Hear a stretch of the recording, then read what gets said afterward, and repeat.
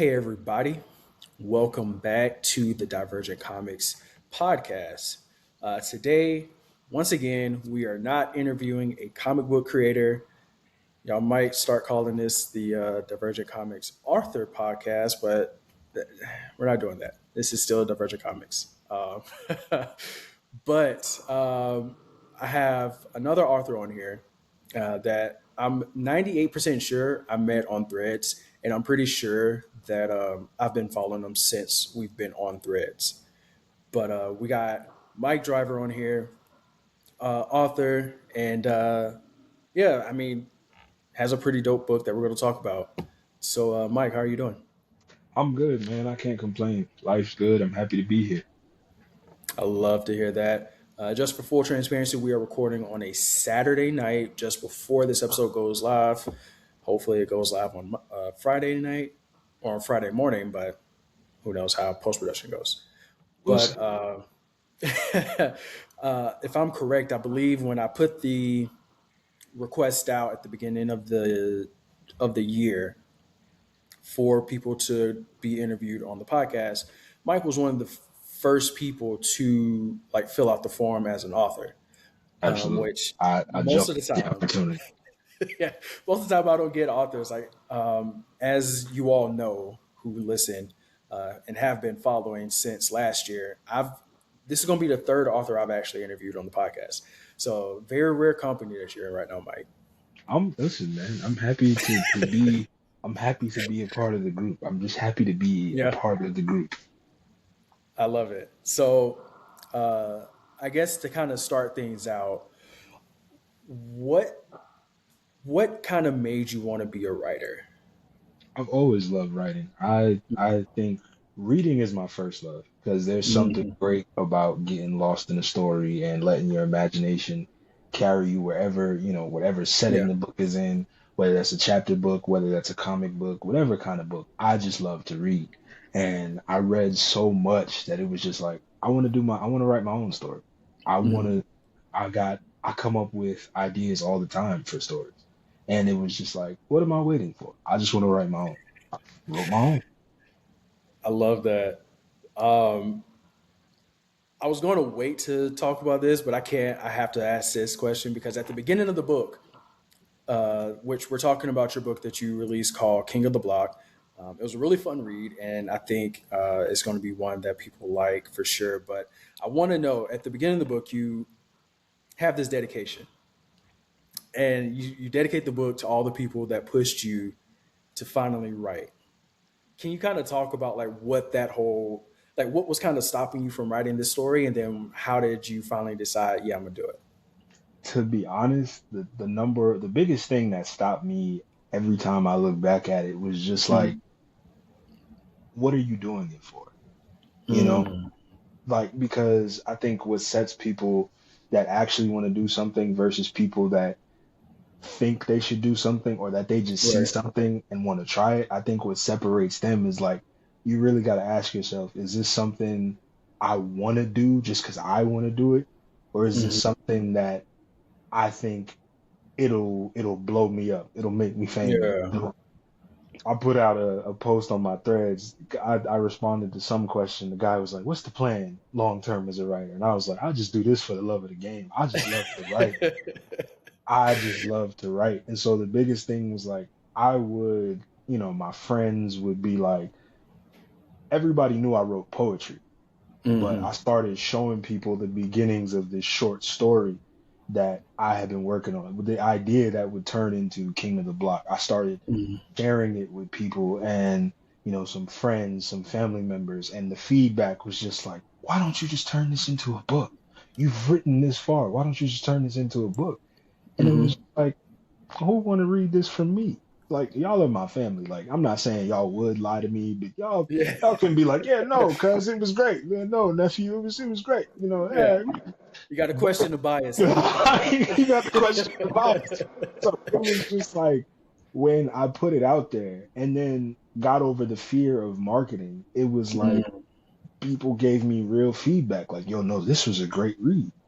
Yeah. And so I just got over that fear of like, hey, nobody's gonna want to read this. What am I publishing for. I'm gonna give myself a few copies and they're gonna sit on my shelf. But then I got people leaving me reviews. I got people going like, "Yo, this is great." So it's just like I had to get past that fear of, well, why do I want to Mm. do?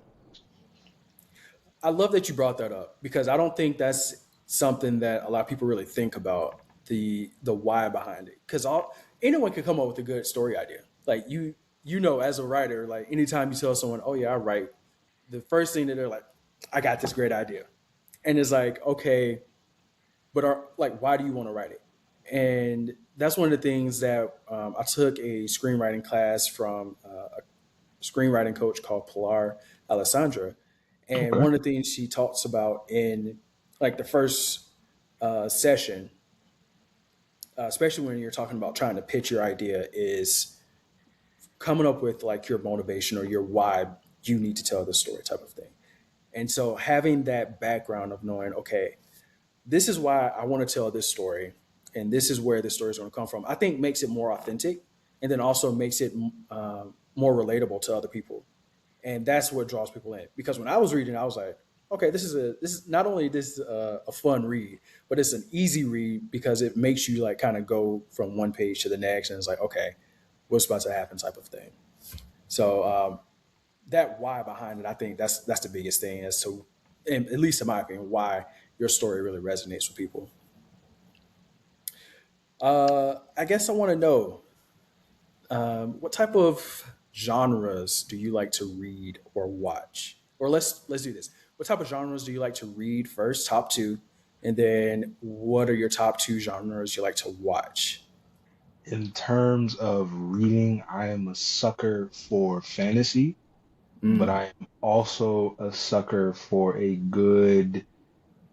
I, whoa, man, it carried over into my love of reading. I'm a sucker for just like a good gangster story. I really do. I am a sucker for like a good old fashioned, like hmm whether it's revenge, whether hmm it's romance, just something involving, like I'm a sucker for it, dude. I hmm love a good street lit read. I really do. Yeah, I can definitely tell just based off of reading King of the Block. I can feel the influences in that, which is perfect because I think the way that you write it, the way that the story flows, it just really fits that idea of being in the gangster American true crime type thing. I'm a sucker for it, man. I love, obviously Scarface, Hmm Goodfellas, Casino, Training Day. Um, as American Gangster. I just hmm love those stories because a lot of people just see gangster stories, and I just saw guys who bought so heavily into the American dream, into the vision hmm of this is what life should be, that they just fell completely into the I'm gonna get there by any means necessary. But I just love because like yeah, it's a gangster story. Yeah, Yeah. somebody there's gonna be death, there's gonna be drugs, but at their core, there's stories about guys who like you we can argue all day about how they went about it. We can argue all day. I don't hmm think morally they're right. Yeah. I never would buy into the like, oh yeah, Tony Montana didn't make any mistakes. Frank Lucas did. No, Yeah. they made a bunch of mistakes. They made horrible mistakes, but they were people. They were humans who just like who saw the good life. They tried to do it the way they were told to do it, and then it just Mhm. became like, nah, I want it bad enough. So I like how you broke that down because it really reminds me of.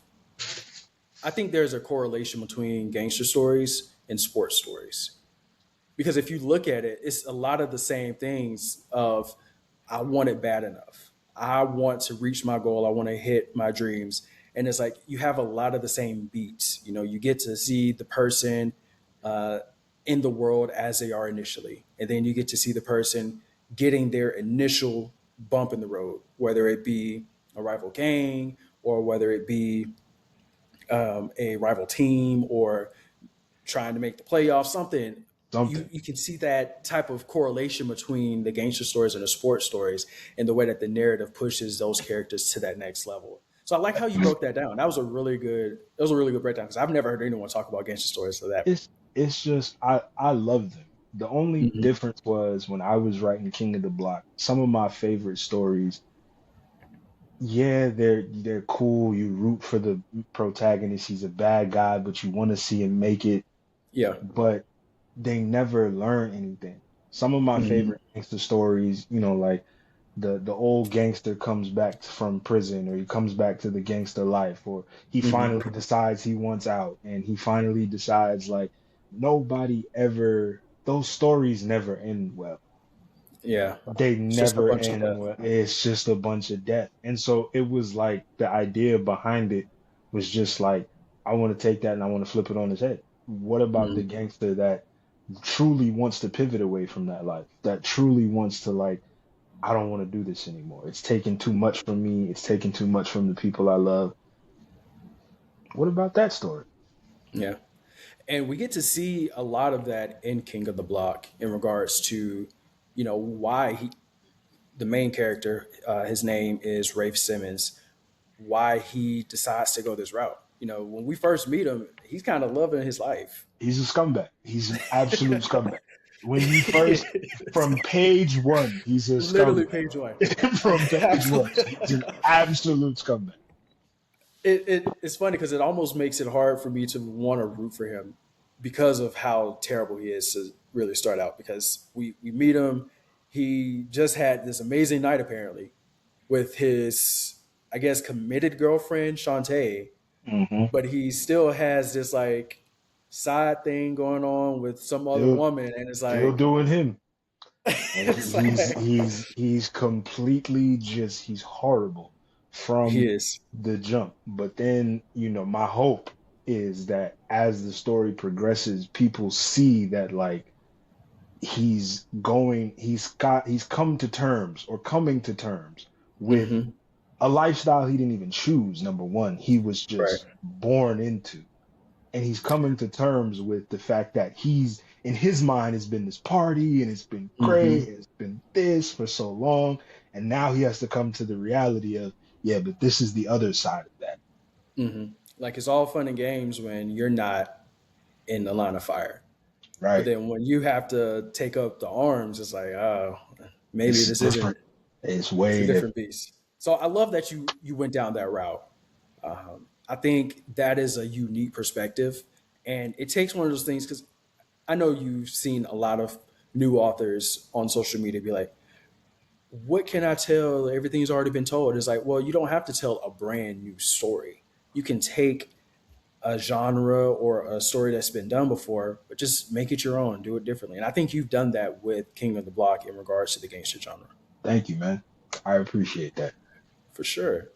So, I mean, I don't know if I should even ask this, but I'm gonna ask it anyways because I have it written down here. But why did you name the story King of the Block, and why did you want to write this story? The story behind the name was just that, like, growing up, I grew up in New York. Hmm. So, and I grew up seeing like dudes claim turf all the time. They claim this is my block, this is my turf, this is, you watch people, so and so can't come around here, this is my section. I grew up hearing stuff like that. And Hmm. so the name behind it was just like, here's this character who's, I think in one page I call him the Prince of the City. He walks, you Hmm. know. So here's this character who's not only fighting to live, he's fighting for this, to prove that he's not just, number one, he's not just this kid who's thrust into this life he doesn't understand and has never seen the side of it. But as the story progresses, he grows into somebody worthy of like, this is my city. Hmm. This I earned running this city. And it's not just throughout the story of the first book, but it's throughout the entire series. You see this person grow into somebody. The reason he becomes king of the block is because he's he pivots away from this lifestyle he was born into being somebody that his city depends on and they trust and they look up to. That's where the name King of the Block came from. I like that. Actually, I love that. That it feels very poetic, and I guess it kind of fits because you used to write poetry, so it's perfect. Appreciate that. Um, so can you kind of give us, and I want to ask this right because I think the character is the main thing that kind of should be the draw for this book. At least it was for me. For me, it was definitely the main character, Rafe Simmons, who kind of was the draw since he's the point of view for this book. But can you kind of give us a little bit of insight into like where the character of Rafe came from, and I guess a little bit also of who he is underneath? Because we kind of meet him throughout the story. We get to understand him as someone who's a lot more complex than what he originally is shown us to be. If you can, without any spoilers, kind of give us a little bit of a deep dive on Rafe Simmons. So Rafe Simmons is what I, and not to sound too pretentious, but to me, he's the flip of the antihero. Mm. I describe him as my reverse Michael Corleone. That's actually really good. That is So really good. when you meet Michael Corleone, he's this soldier, he's this devoted family man who wants nothing to do with being in the mafia. He wants nothing to do with his father's business. And then as you go through, just keep it at the first Godfather movie. We don't even got to go through the whole trilogy. Just keep it at the first movie. You watch Michael Corleone go from being this stand-up guy to carrying out hits Hmm. to he's conducting business, and then his father dies and now he's the don, and it's not even something he wanted. And Hmm. so we meet Rafe Simmons, who has enjoyed this lifestyle.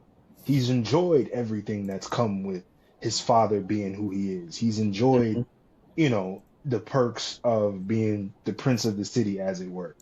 Yep. So now the illusion is stripped away. He's got to come face to face with the fact that, oh, this is not a 24/7 party. This is not a good time all the time. My dad has been in the way of, what this really is. You meet Hmm. a Rafe who his father is trying to like teach him the game. He's trying to like get him to, tighten up. Life is not always gonna be a party. And Rafe is just kind of like, whatever, man. Like, I'm not trying to hear that. But then he gets to a point where he has to confront it, and now he wants out. He wants out. Michael Corleone gets sucked in, and he just embraces it. Rafe Simmons starts in, and he wants out of it. Hmm. I love that. I really love that.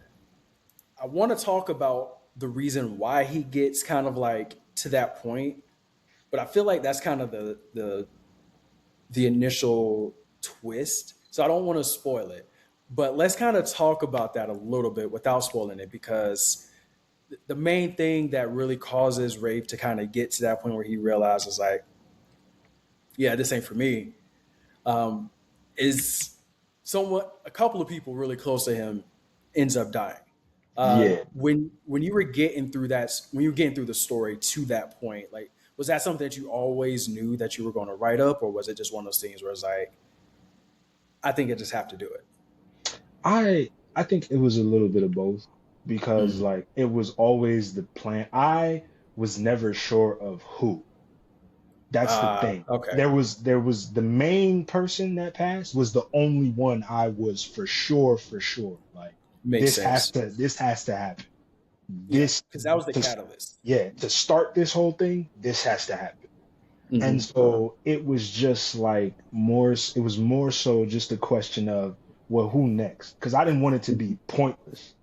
I Yeah, didn't want it to just be like, okay, this person passed, and the story keeps going. It's just whatever. Like, that happened, but it had to be the nail in the coffin, so to speak. Like, here's the hmm, catalyst, here's the nail in the coffin, here's the fork in the road, where he's like, hmm, this has happened, which led to this happening.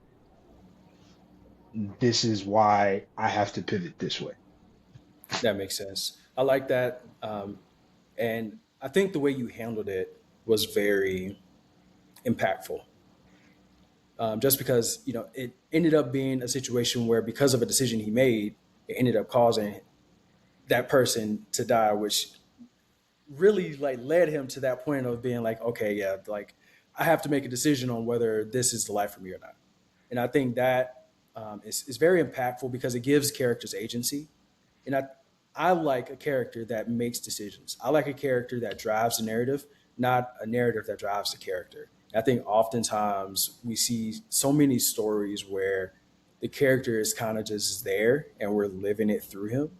And especially in a gangster type movie or gangster type story in general, where they have to make their own decisions, especially with the way that you were writing this, where you were making it kind of like a flip on that original gangster story. So that worked really well.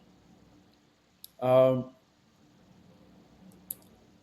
when we get to the end of the book, Hmm. there's a mention that this is part of a trilogy. Right. Have you already released books 2 and 3? Book two has been out for a while. It's called Rafe's Return, and it builds on the story as we left it in book one. Book three Ooh. will be out sometime next month. Oh, oh, so I got you perfectly then. Yep. Nice. Okay. Um, without spoiling anything, give us a brief 2 to 3 sentence log line or explanation of what book 2 is about. It is the culmination of a series of things that were set in motion by the catalyst of the first novel. Oh. Okay. Um, okay. I can get behind that. I like it. So with that, where will there only be 3 books, or do you have plans for like a spinoff or other things that's going to be part of this King of the Block So, universe? as far as the Rafe Simmons story, it's Mm-hmm. done in book three. Uh, I have a in the works a spin-off based on the primary antagonist of book one. okay. Okay. That is exciting, actually. That is very exciting. Um, I know I ask this to everyone who writes, kind of off script, but sometimes I ask it in the interview. But are there any characters in this story that you feel like are kind of like a self insert type of character? For me, without getting too deep, Charlie. Mm, I like Charlie. He he's not me per se, but I like to imagine he's the kind of friend that I wish I'd had. Okay. Okay. So like, cause he's very down to earth. He's very Hmm. grounded. He's the voice of reason. He's like, Hmm. he's got his back, but at the same time, he's also like, hey, like, Let's not be dumb. let's not be dumb. Right. Okay. I like that. Other than King of the Block, are you working on any other stories or anything else I am. that's possibly coming up? I am. I've gotta finish one thing at a time is what I've got to do. Um, That makes total sense. cause it's just like it's my brain. My favorite thing to tell people, they're like, because I showed one of my close friends like how many works in progress I have, and he was just like, why? Like, why so many things at one time? And I was like, my brain starts ticking. It's just I'll be watching something, I'll be reading something, and I just Hmm. get thinking, and I'll be like, and that's a story idea. And then, I blink and it's like 3 in the morning and I'm 12 chapters into something I just thought about earlier. Hmm. But I definitely got a few more stories in the works. It's some of them within the same genre. Some of them I want to branch out and do something different because I've always wanted to write different things. I just started in the category that I really enjoy. So Hmm. yeah. Nice. I like that. Okay. So I got a couple more questions for you, and then I'm gonna let you Hit go. Won't use up all your time.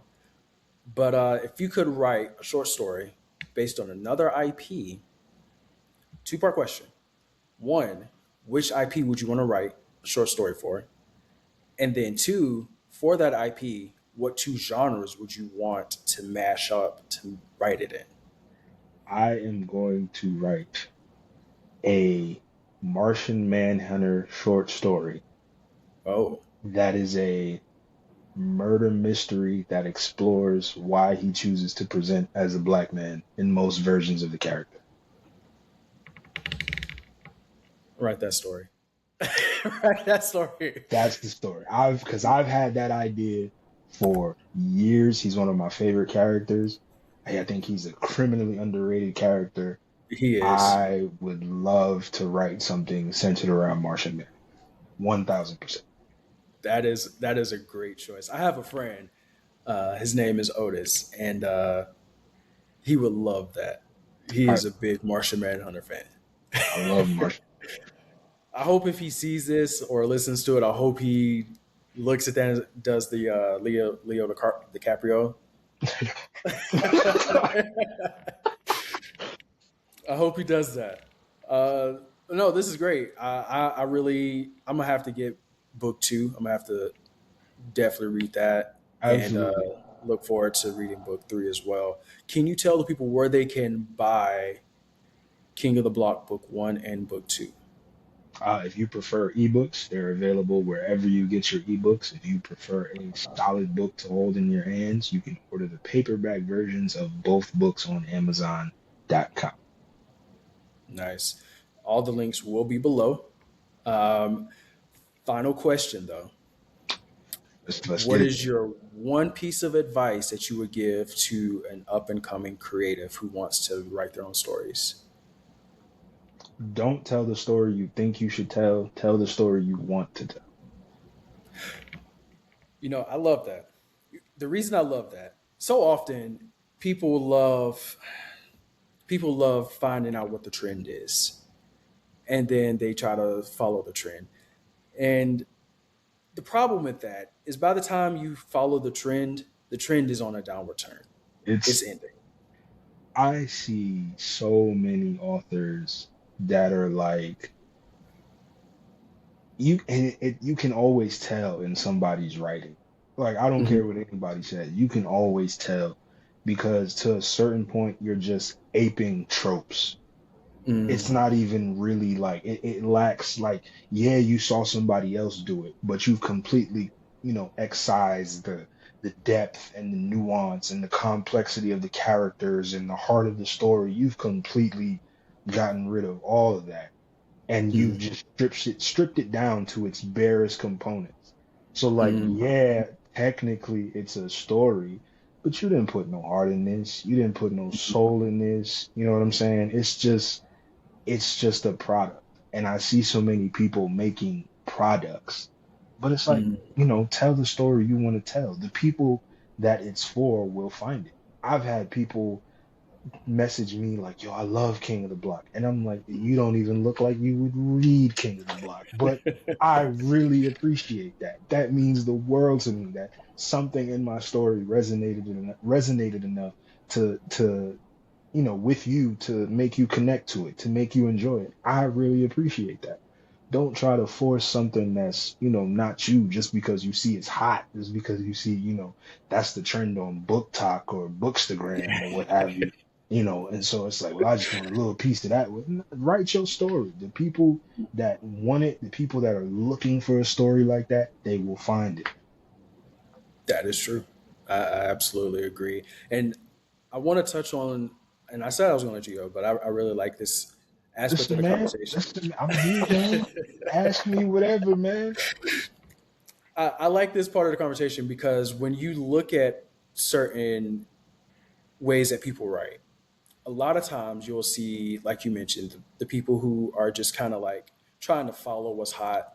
They will, like you said, they will follow just those tropes and they'll do like the bare bones things to kind of make it passable. But the thing that really does get missing in that is the fact that, the characters oftentimes are more like caricatures. rather than actual physical beings that you can like insert yourself into in the story. And so when I guess when I'm looking at a story like King of the Block and how you write characters like Rafe, even like Charlie, and you look at how they react to situations and they react to scenarios, when you were writing this, were you like physically like watching how certain people reacted in real life to certain situations, or were you just like, I've seen this happen in some situations where someone, like for example the opening of the story where Rafe is getting up and he's just had this great crazy night and he's having this conversation with his With girlfriend Shantae right. about being committed. Like, was that something that you looked? Because when I read that, I was like, "Dang, it sounds really realistic." Like, It's real life. It's real life. It's the thing about it is every scene in that book is I don't want to say I'm not gonna say it's true. King of the Block is a work of fiction, but it's mhm, rooted in a real scenario. Whether that's my life, whether that's something else I heard somebody tell somebody about their life in passing, and I took it and plugged in my characters because that's real life. Whether whether people admit that or not, that opening scene is real life. Like that's that is really real life. somebody's life. That's real life. Yeah.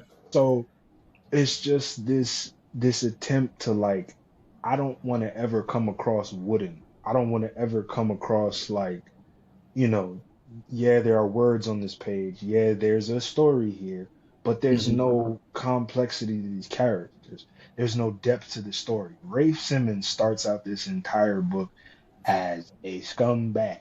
And by the end of it, you encounter somebody who's changed. And then as you read it, you find out that he's not just a womanizing scumbag. There's some layers here. There's Hmm. some depth here. There's a soul and a heart to this character.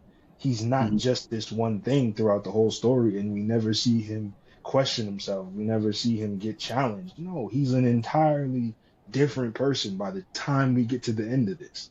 Yep. And then, my hope is that people, when they get to the end of it, they can really tell. Whether it's the end of book one, whether it's the end of book two, book three, whether it's the end of the entire series, that you can see how this man's evolution has played out across this entire story.